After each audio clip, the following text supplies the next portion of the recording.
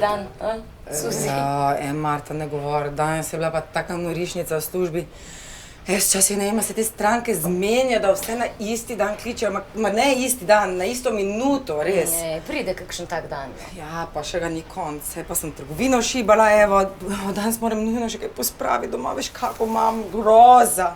Pa zvečer, da še malo za mojega ljubeka poskrbim. Ne govor, pa to je pa tako križ vseh žensk, od pradavnine naprej.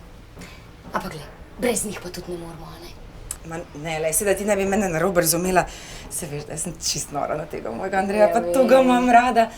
Sam ti moram pa priznati, da včasih sem pa tako zmatrana, ko prijem iz službe, da se mi zdi, da bi pa tudi lahko malo preskočila. Dobro vem, kaj misliš. Tudi moj Mojmir, ne?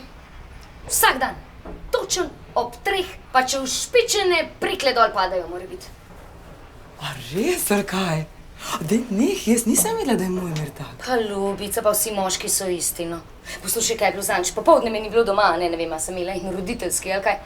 5-krat me je klical, 5-krat, čist živčen, mislim, res, kadaj konc sveta. Dej, jaz sem mislila, da je sam moj Andrej tok našpičen. Dej no, Suzi, pa sej povsod isto, no.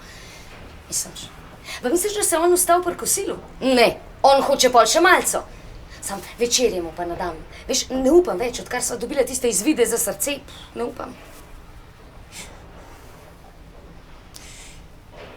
Marta, a so vse midve zdaj o kuhanju pogovarjali, ne? Seveda, o čem pa? O, Marija, a ste mislili, da sva se od seksa? Svet, Suzi, lepo te prosim, resno. Ne, kje pa, lepo te prosim, no.